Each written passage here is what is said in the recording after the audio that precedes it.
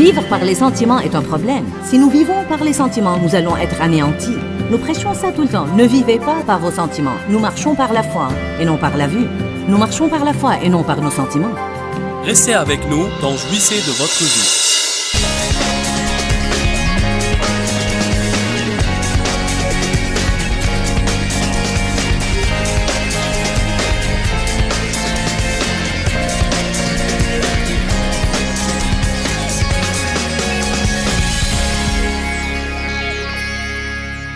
Je pense que nous devons prier. Seigneur, apprends-moi à prier. Apprends-moi à prier. Il se peut que quelqu'un de vous prie pour 15 à 20 minutes ou une demi-heure fidèlement et avec zèle chaque matin et touche le ciel et beaucoup de choses arrivent. Ensuite, vous prenez le petit déjeuner avec sœur super chrétienne qui vous dit qu'elle prie pour 4 heures par jour et vous fait sentir comme un petit verre parce que vous ne priez que pour 15 minutes. Alors vous essayez de prier pour 4 heures par jour comme elle, et pendant 15 minutes vous êtes loin, et pendant 3 heures et 45 minutes vous êtes dans les œuvres de la chair, vous êtes malheureux, et vous finissez par détester cette chose qu'est la prière. J'espère vraiment renverser tout un tas de vaches religieuses ce week-end. Tirons-leur des balles dans la tête et enterrons-les, amen? Finissons-en. Nous devons avoir le droit d'avoir individuellement des réponses de Dieu, mais ça ne veut pas dire rébellion, ça ne veut pas dire prendre les Écritures de la façon que vous voulez. Mais tous ceux qui trouvent une nouvelle chose ne doivent pas essayer de casser les oreilles des autres avec leurs trouvailles. Nous devons d'abord comprendre si c'est une chose que Dieu nous dit personnellement ou si c'est une chose qu'il veut dire à tout le monde. C'est une des raisons pour lesquelles les gens ont des problèmes avec les dons de l'esprit. Celui qui croit qu'il a eu une parole pense qu'il doit se lever et la raconter à toute l'Église. Et la moitié du temps, elle n'est adressée qu'à lui. Je te le dis, écarte le péché de ta vie. Alors tu dis, écartez le péché. Mais c'est à vous qu'il parle.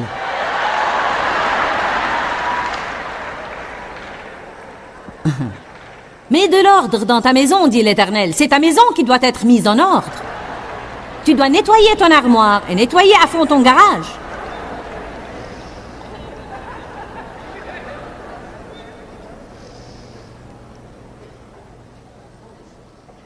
J'ai plusieurs livres qui semblent prouver que Dieu veut que ses enfants soient extrêmement et radicalement bénis financièrement et matériellement, aussi bien que spirituellement, socialement et physiquement.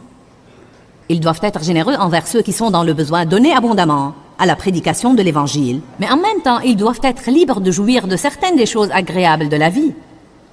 Je vais vous dire comment Dieu m'a clarifié toute cette chose à propos de ce que nous devons avoir et ne pas avoir, si c'est bon, si c'est mauvais.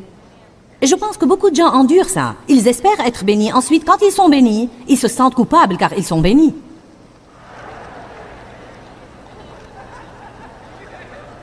Eh bien, je ne sais pas si je dois porter ça.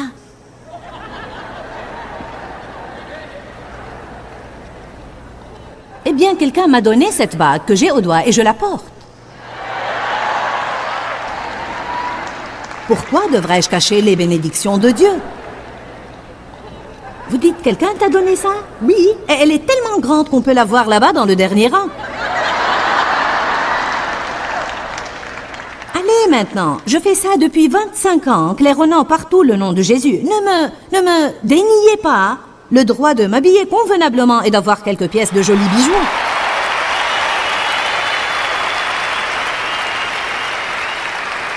Si nous allons être des ambassadeurs pour le Christ, pourquoi quelqu'un voudrait-il servir Dieu si nous faisons tous vœu de pauvreté et ne possédons rien? Je ne connais pas beaucoup de gens dans le monde qui vont prendre ce train en marche.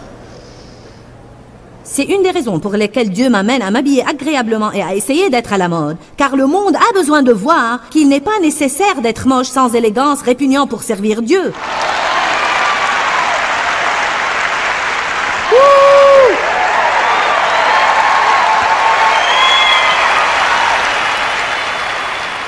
Il y a des chrétiens qui vous font peur rien qu'à les regarder.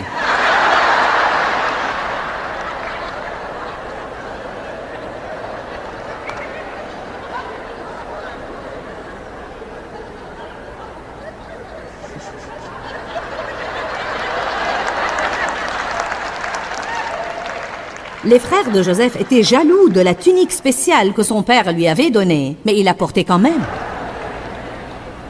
Il ne l'a pas enlevée et cachée. Alléluia. Voyez, vous ne savez pas ce que je donne. Et vous n'étiez pas là. Il y a 23 ans, quand Dieu m'a dit d'enlever ma petite alliance, qui valait 17 $, de mon doigt, et qui était la seule chose que je possédais, et qui signifiait quelque chose pour moi, et de la donner à un pasteur dans le besoin. Vous n'étiez pas là quand je me suis sentie stupide en le faisant, et quand je suis restée 3 ans sans alliance en attendant que Dieu m'en donne une. Donc, beaucoup de fois, nous jugeons des choses desquelles nous ne savons rien du tout.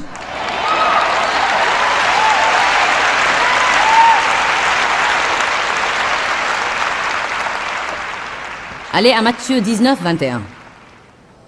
Combien d'entre vous pensent qu'on va s'amuser ce week-end? Mes moteurs sont en train de démarrer. Mon petit moteur du Saint-Esprit ronronne là-dedans. Je suis tout comme... Oui. Je sens le Saint-Esprit.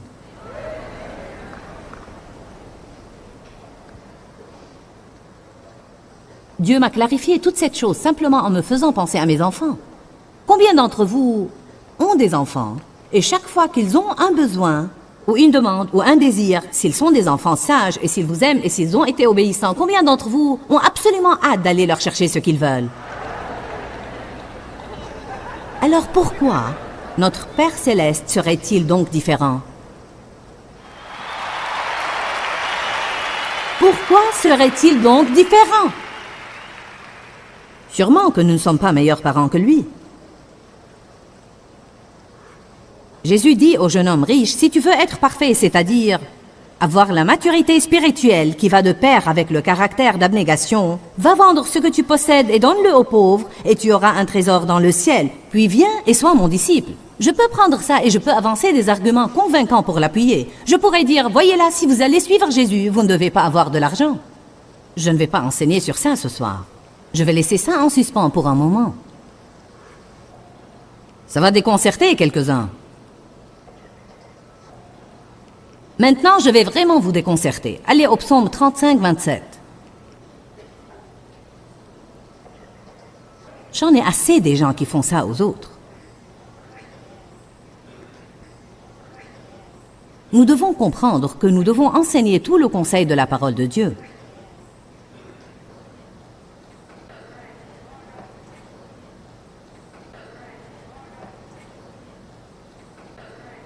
Nous avons l'impression que Jésus disait à ce jeune riche dirigeant que s'il veut être un chrétien, il devait donner tout ce qu'il avait. Le type n'était pas prêt à le faire. Alors, nous comprenons que la morale de cette histoire est son argent manifestement signifiait trop pour lui puisqu'il n'a pas voulu obéir à Dieu. Je méditais sur ça aujourd'hui. Jésus lui a demandé de donner, mais il ne lui a jamais dit qu'il ne lui redonnerait pas son argent, et même beaucoup plus. C'était peut-être un test. Je suis testée tout le temps. Il y a eu bien des fois où Dieu m'avait demandé de donner mon dernier, mon seul et mon tout, mais chaque fois que je le faisais, je finissais par être mieux que je ne l'étais avant. Je crois vraiment que Jésus essayait de demander à ce type de semer une graine radicale et de déclarer que Jésus passe avant tout dans sa vie, pas son argent. Je crois que s'il l'avait fait, il aurait fini par avoir après plus qu'il n'avait donné. Vous devez connaître le caractère de Dieu pour pouvoir comprendre les Écritures. Sinon, vous lisez simplement et vous vous servez de la logique. Et vous pouvez faire dire aux Écritures ce qu'elles ne disent pas. Mais quand vous connaissez le caractère de Dieu, qu'il est El Shaddai, le Dieu de l'abondance, il n'est pas El Avar, le Dieu qui veut que vous n'ayez rien et que ce que vous avez soit un tas de camelotes.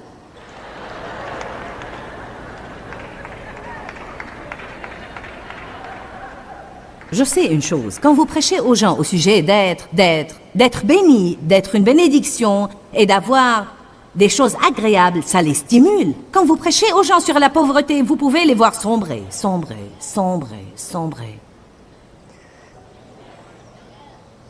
Je me rappelle un des pasteurs que nous avions dans l'église confessionnelle où nous étions. Le fond du pantalon de ce type était si brillant que vous pouviez vous voir dedans.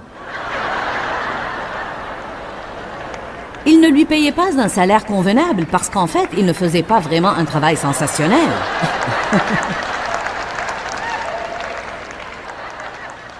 Il m'a fait fuir.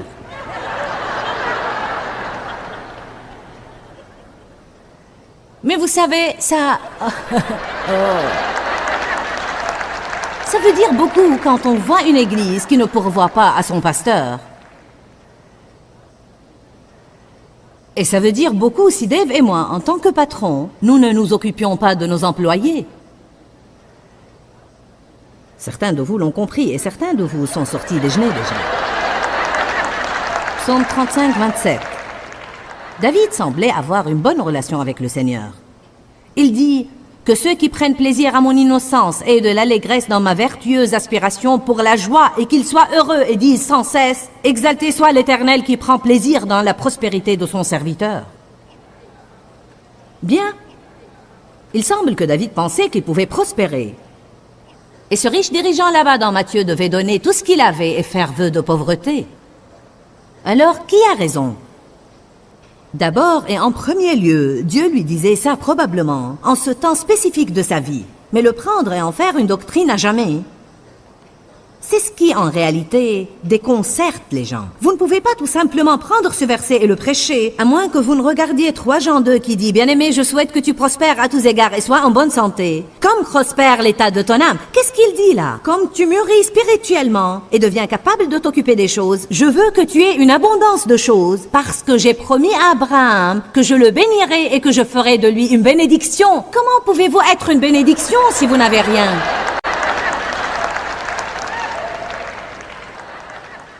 Je me suis embarqué dans mon autre message.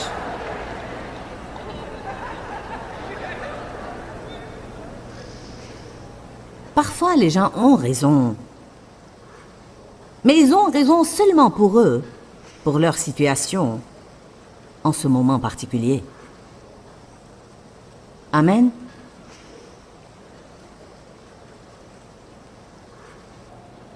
Dieu m'a donné cette déclaration et je pense qu'elle est bonne. Mon mari aime les pépites, il va aimer ça. Une vérité, présentée comme étant l'unique vérité, peut en fait devenir une tromperie.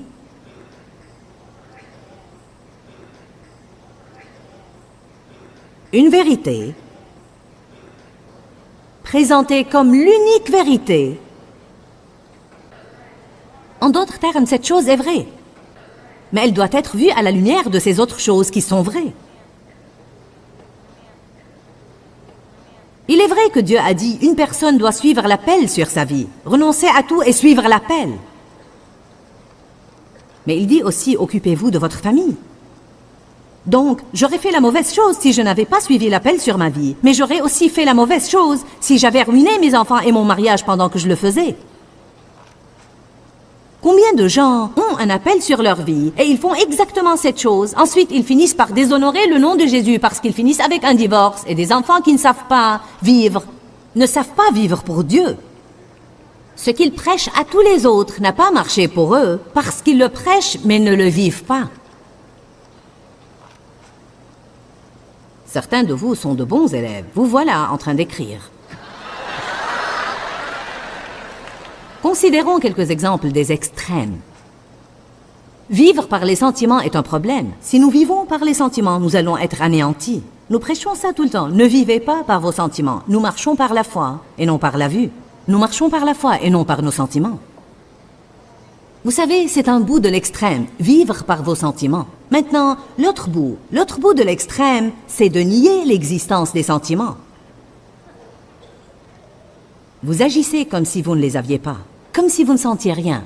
Je pense que beaucoup de chrétiens arrivent à une étape où ils sentent qu'ils ne doivent même pas avoir des sentiments. Par exemple, Dieu m'a fait comprendre qu'être tenté ne veut pas dire que vous êtes pécheur. Je pense que beaucoup de gens, quand ils se sentent tentés, pensent qu'ils sont horribles. Je ne dois pas passer par ça, ni avoir un problème avec ça. La Bible dit « Il est nécessaire qu'arrive la tentation ».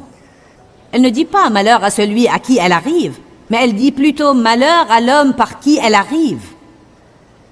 Jésus a dit à ses disciples « priez afin que vous ne tombiez pas en tentation ». Il n'a pas dit « priez afin que vous ne soyez pas tentés », il a dit « priez afin que vous ne tombiez pas en tentation quand vous êtes tentés ». Cela m'a libéré.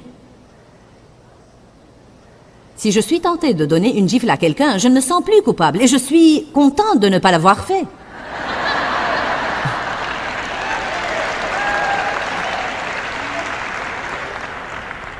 Amen. Le diable ne va jamais vous aider à voir le chemin que vous avez parcouru. Il va seulement vous exaspérer à propos du chemin que vous avez encore à parcourir. Allez maintenant.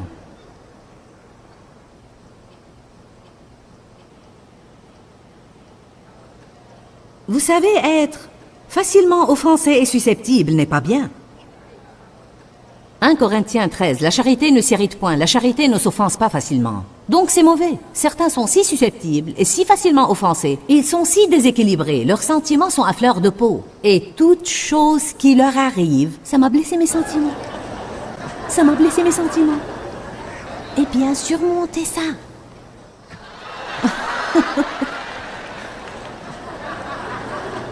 Ça blesse mes sentiments. Ça blesse mes sentiments. Je suis une personne susceptible. Alors commencez à prier à ce niveau, car la Bible dit que ce n'est pas bien. Essayer de vivre avec quelqu'un comme ça est un cauchemar. J'étais comme ça, susceptible, susceptible, susceptible. Des hauts et des bas, complètement décousu émotionnellement. Une autre chose qui m'a vraiment aidé, c'était quand Dieu m'a montré que nous allons toujours avoir des sentiments. Nier leur existence n'est pas une chose pieuse.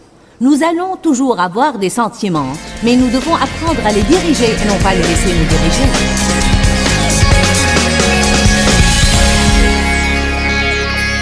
1 Pierre 5, verset 8 est un passage qui a été très important pour moi dans ma vie. Il dit « Soyez équilibrés car votre adversaire le diable rôde comme un lion, rugissant, cherchant qui il attrapera et qui il dévorera. » Il est si important d'éviter d'être extrémiste. Quand nous gardons l'équilibre de notre vie, le diable ne peut pas nous dévorer. Prenez votre décision aujourd'hui. Si le diable va dévorer quelqu'un, eh bien ce ne sera pas moi. La bonne nouvelle, c'est que la parole de Dieu apporte l'équilibre dans notre vie. Plus vous connaissez la parole et meilleurs sont les choix que vous allez faire et plus grand est l'équilibre que vous allez avoir. Presque toute personne qui me regarde en ce moment a un certain côté dans sa vie qui n'est pas en équilibre. Nous pouvons perdre l'équilibre dans notre régime, nos dépenses, notre travail. Certains travaillent trop, certains autres s'amusent trop et ne travaillent pas assez. Nous pouvons perdre l'équilibre dans nos relations. Nous ne leur prêtons pas assez d'attention ou nous commençons à adorer les gens et à leur prêter trop d'attention. Je veux vraiment vous encourager à regarder régulièrement cette série d'enseignements car je crois vraiment qu'être sans équilibre ouvre la porte au diable dans votre vie et je ne veux pas que vous laissiez le diable vous dévorer. Dieu a un bon plan pour votre vie et il veut que vous viviez ce bon plan. Dieu veut vous bénir. Il veut que vous soyez content et en bonne santé. Il veut que vous prospériez. Il veut que vous réussissiez dans tout ce que vous faites dans la vie. Il veut que vous accomplissiez votre destinée. Nous devons faire quelque chose à propos de toutes ces portes ouvertes à l'ennemi que nous ouvrons dans notre vie. Alors retrouvez-nous quotidiennement pour que nous puissions vous aider. À bientôt. Dis-leur que je les aime. Dans ce livret, Joyce Meyer donne une révélation de l'amour de Dieu pour nous. Pour obtenir ce livret gratuitement, écrivez-nous à Joyce Meyer, boîte postale 40095-6300 Larnaca, Chypre. Ou bien visitez notre site web www.joycemeyerme.org/fr.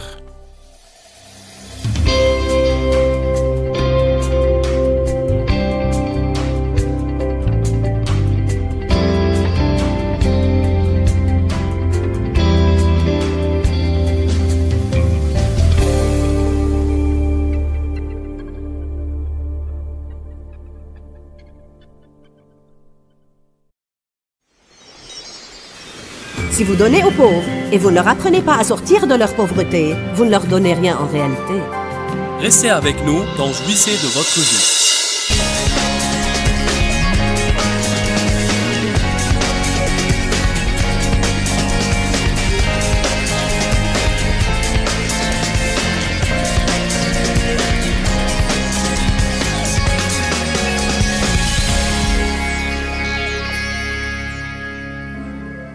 La Bible dit dans 1 Pierre 5,8 « Soyez équilibrés, car votre adversaire le diable rôde autour de vous comme un lion rugissant, cherchant qui il dévorera. » Si nous étudions ce verset comme il faut, nous comprendrons que quand Satan trouve quelqu'un en déséquilibre, il fait une incursion dans sa vie pour l'anéantir. Dites tous équilibre. Dites-le de nouveau, équilibre. Combien d'entre vous admettent que l'équilibre est beaucoup de fois une chose difficile à maintenir.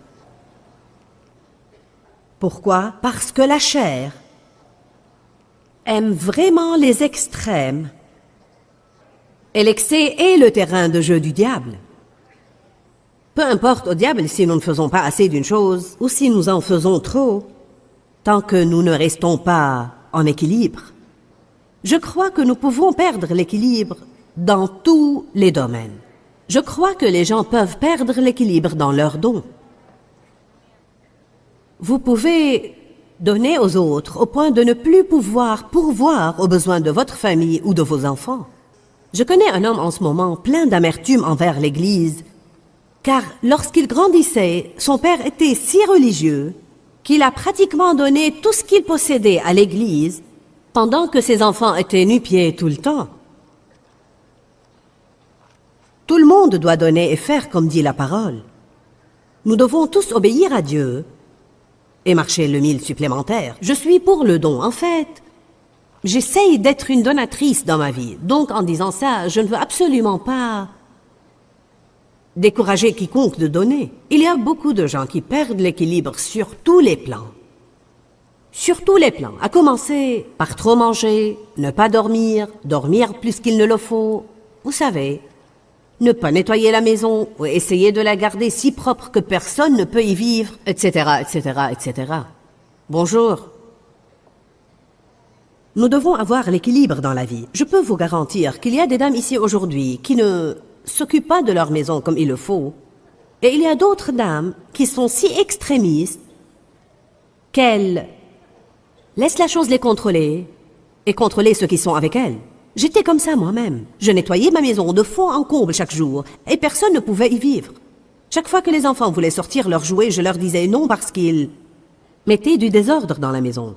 Mais s'ils étaient sages et qu'ils ne m'exaspéraient pas, je leur disais allez jouer. Ils sortaient leurs jouets et je disais rangez-les. Oui. Amen.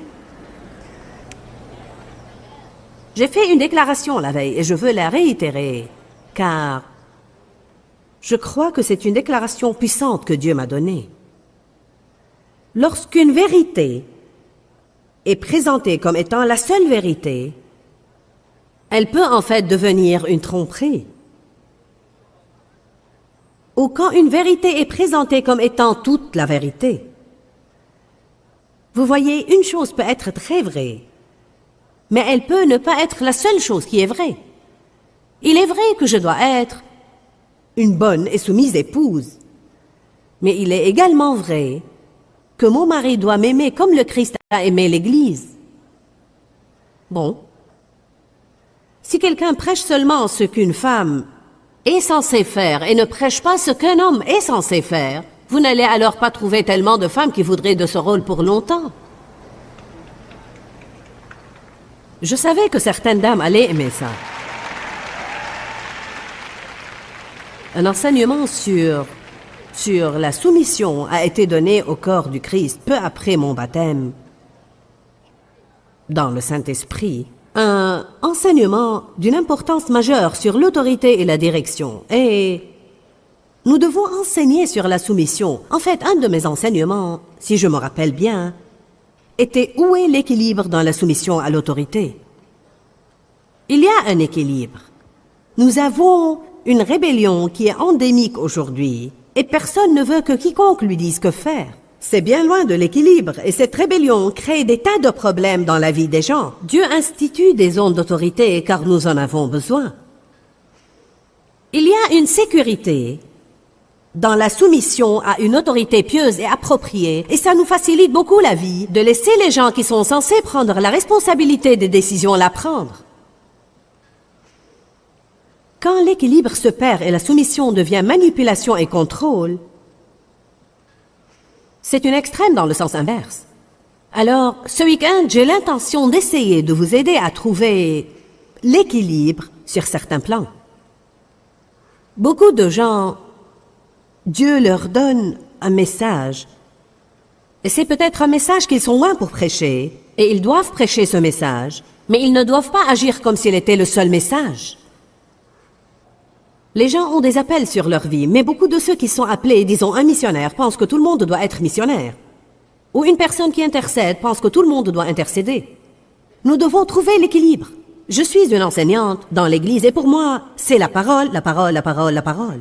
Le conducteur de louange aimerait que vous chantiez tout le temps. Nous avons besoin de tout ça. Mais nous devons nous rendre compte qu'il y a d'autres que nous. Les gens qui ont un appel sur leur vie doivent se rendre compte qu'il y a des appels autres que leur appel et apprendre à apprécier l'appel sur la vie des autres et à ne pas mépriser les autres s'ils ne font pas ce que eux font. Je connais des gens qui pensent que vous n'êtes même pas un chrétien si vous ne vous levez pas pour intercéder 4 heures par jour. Mais voyez-vous, c'est un appel sur leur vie. Et quand vous êtes appelé à faire une chose, il y a une grâce pour la faire. Et ce qui est presque impossible pour quelqu'un d'autre est vraiment facile pour vous. Ce n'est pas du tout un problème pour des gens comme ça, car ils sont appelés et loin pour le faire. Je n'ai aucun problème à faire ce que je fais. Je ne me tiens pas ici en pensant à ce que je vais dire après. Je ne sais même pas ce que je vais dire après. Et ça ne m'inquiète pas, car je n'ai qu'à ouvrir ma bouche et ça va venir. Mais si quelqu'un qui n'est pas loin pour faire ça monte ici et essaye de le faire, ce sera un cauchemar pour lui. Savez-vous ce qu'il va penser? Quand est-ce que ça va finir? Il y a des gens qui me disent, comment peux-tu parler sur une chose pour 1 heure? Je veux dire, je ne suis pas allé plus loin que le point B la veille. Parce que je suis ointe pour ça. Je suis sûre que Charlie et Gilles pourraient venir ici et chanter 1000 chants. Je ne peux pas chanter 1000 chants, et si je le faisais, vous n'allez pas vouloir écouter. Apprenez à apprécier l'appel sur la vie de chacun. Ne pensez pas que vous avez tout le gâteau, car vous ne l'avez pas. Nous sommes tous des parties d'un même corps. Amen. Tous des parties d'un seul corps. Toutes les dénominations, toute la jalousie, des gens contre des gens. Eh bien, tu ne crois pas ce que je crois. Puis-je vous dire une chose? Je crois qu'aucun de nous n'a raison à 100%.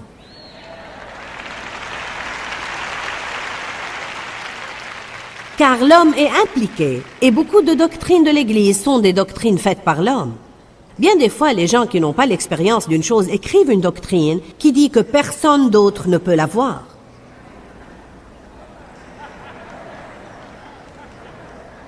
Nous avons commencé la veille à donner un exemple sur comment une chose peut devenir extrême d'un côté ou d'un autre et poser un problème.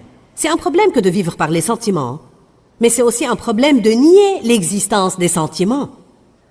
Nous avons bien parlé des sentiments la veille et comment, parfois, nous devons nous occuper de nos émotions. Dieu nous a donné des émotions. Par la foi ne veut pas dire nous comporter comme si nous ne sentions jamais rien. La deuxième chose dont je veux vous parler est, en fait, la confession positive et les paroles de la foi. Parce que nous devons être positifs.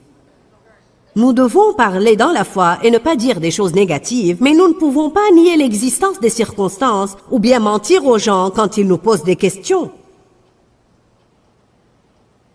Quelqu'un est en train d'éternuer, de tousser.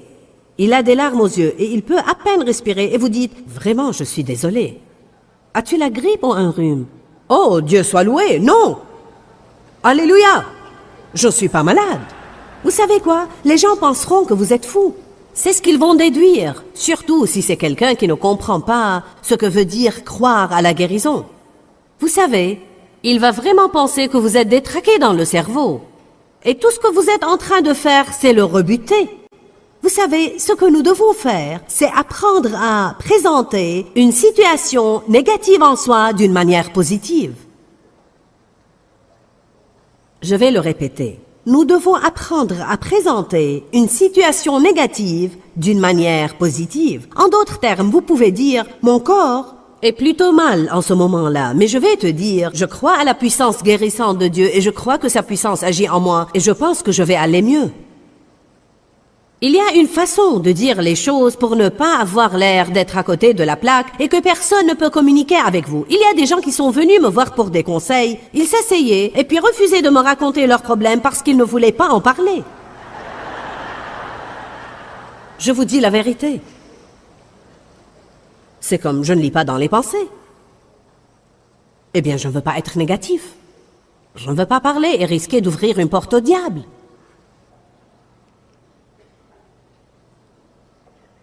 Je ne peux pas le supporter quand quelqu'un donne un enseignement et il le prend à de tels extrêmes qu'il finit par accabler les gens et les mettre sous la loi, et les mettre dans une peur de faire n'importe quel mouvement, car ça pourrait être la mauvaise chose à faire. Est-ce que quelqu'un comprend ce que je dis aujourd'hui?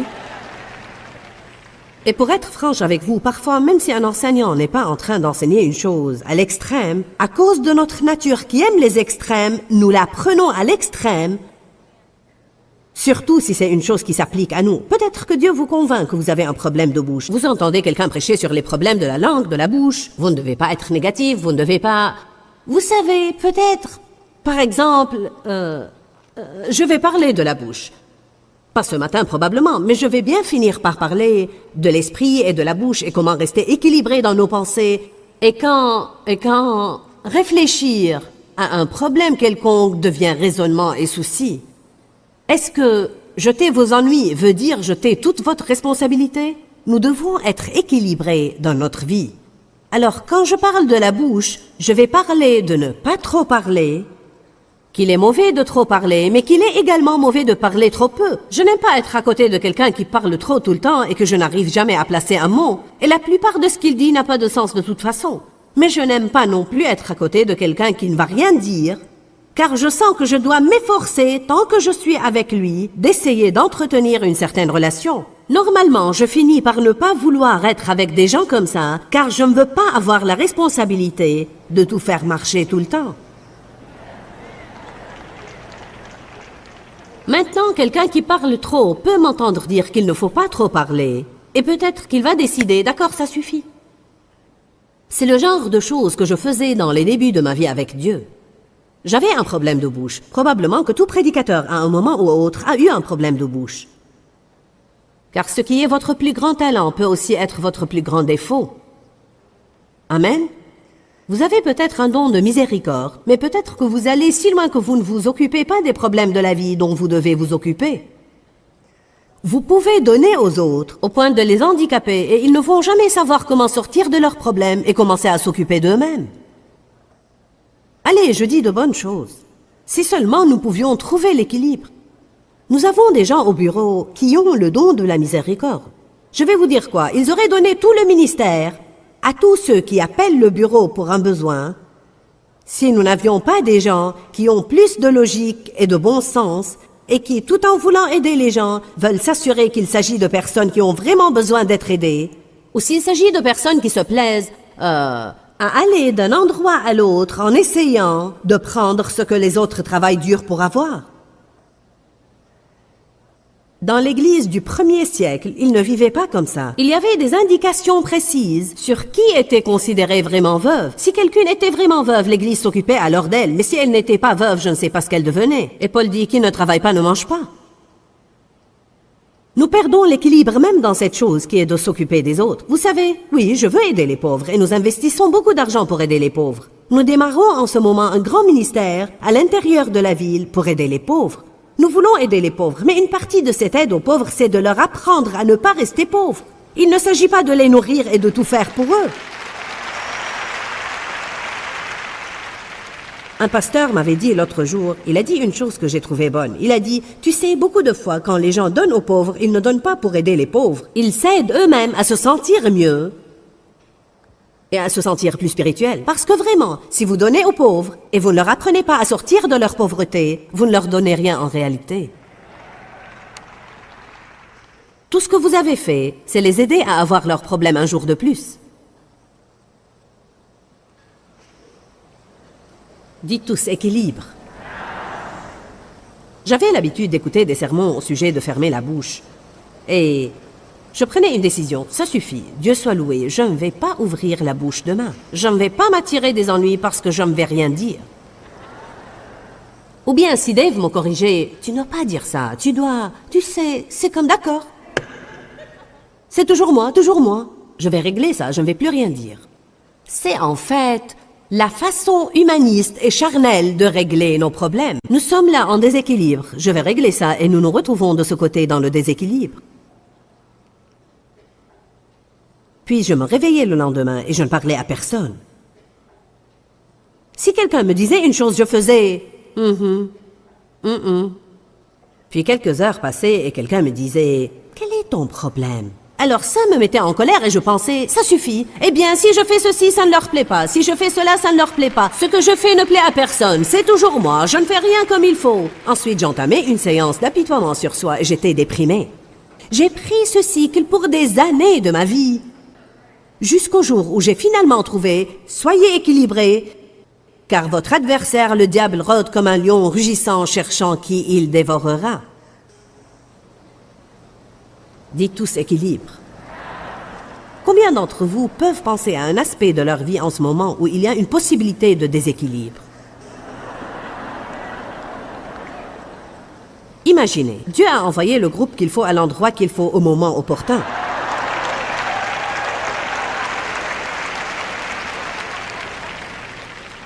Vous savez, Romains 4, 17 dit que nous avons un Dieu. Eh bien, allons y jeter un coup d'œil. Romains 4, 17. Comme il est écrit, je t'ai établi père de beaucoup de nations. Abraham est notre père devant Dieu, auquel il a cru, qui donne la vie aux morts. Un Dieu qui appelle le néant à l'existence et qui appelle les choses qui ne sont point comme si elles étaient. Donc, il dit qu'avant qu'Abraham ne devienne vraiment le père de beaucoup de nations, Dieu a changé son nom d'Abraham à Abraham, qui signifiait père de beaucoup de nations. Chaque fois que quelqu'un disait Abraham, il disait en fait « Oh, toi le père de beaucoup de nations ». Ensuite, nous avions Sarai, qui était stérile, et Dieu lui a dit qu'elle allait avoir un enfant et a changé son nom à Sarah, qui signifiait princesse. Les noms signifiaient beaucoup plus aux gens à cette époque-là qu'ils ne signifient pour nous aujourd'hui. Mon nom signifie petit pasteur à l'esprit joyeux. Mon prénom n'est pas Joyce, c'est Pauline. Paul était pasteur et il était petit et il avait écrit les épîtres de Pauline. Dieu m'a montré dans un bouquin sur les noms que Pauline veut dire petite. Paul était un pasteur, alors beaucoup de gens disent que ça veut dire petit pasteur. Et mon deuxième prénom Joyce veut dire esprit joyeux. Notre Dieu est un Dieu redoutable.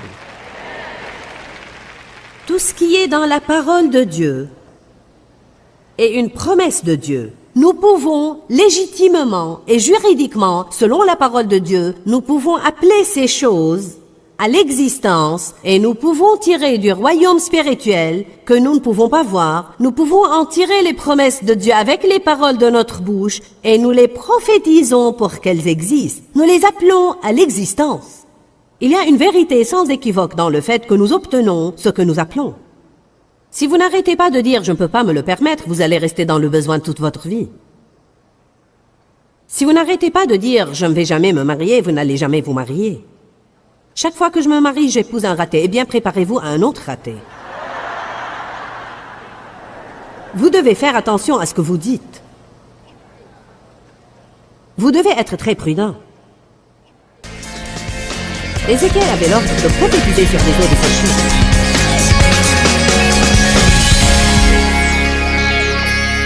Vous savez, nous devons vraiment comprendre ce que je dis à propos d'équilibrer les extrêmes de la vie, parce que toutes sortes d'excès est une porte ouverte au diable. Nous pouvons être en déséquilibre dans n'importe quel domaine de notre vie. Nous pouvons en fait passer trop de temps à faire des choses spirituelles en négligeant l'autre côté de la vie, ou bien nous nous laissons tellement entraîner par les tâches quotidiennes que nous ne passons plus aucun temps avec Dieu. Je pense qu'il n'y a aucun domaine de la vie où nous sommes totalement protégés du déséquilibre. Alors nous devons vraiment prier Dieu de nous garder dans l'équilibre parce que l'excès est le terrain de jeu du diable. Si vous ne gardez pas l'équilibre, votre adversaire, le diable, qui rôde autour de vous comme un lion rugissant, sera capable de vous dévorer. Je dis et redis tout le temps que Dieu a un bon plan pour votre vie parce que je crois que les gens ont besoin qu'on le leur rappelle. Dieu veut que vous ayez une bonne vie, que vous soyez heureux et que vous ayez la paix. Il veut que vous sachiez qui vous êtes en Christ. Il veut vous voir réussir dans tout ce que vous faites dans la vie. Le diable veut nous voir échouer. Il veut que nous soyons malheureux, déprimés et découragés tout le temps. Ça ne prendra pas longtemps pour savoir qui nous suivons si nous regardons nos attitudes et le fruit de notre vie. Mais bien des fois, le problème est que nous sommes en déséquilibre et que de ce fait même, nous avons toutes sortes de stress dans notre vie. Puis ce stress nous vole toute l'énergie que Dieu nous a donnée pour la vie. Que Dieu vous bénisse. À bientôt. Dis-leur que je les aime. Dans ce livret, Joyce Meyer donne une révélation de l'amour de Dieu pour nous. Pour obtenir ce livret gratuitement, écrivez-nous à Joyce Meyer, boîte postale 40095-6300, Larnaca, Chypre.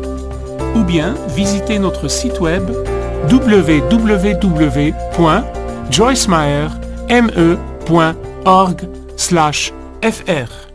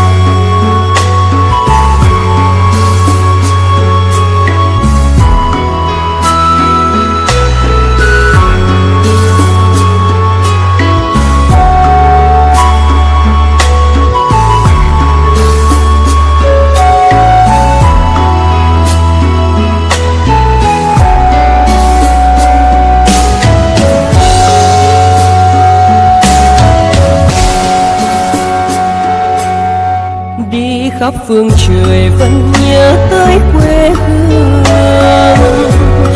Người về đây thăm làng Trù quê mẹ và làng Sen quê cha, xúc động bồi hồi người rơi giọt lệ, thương mái nhà cháy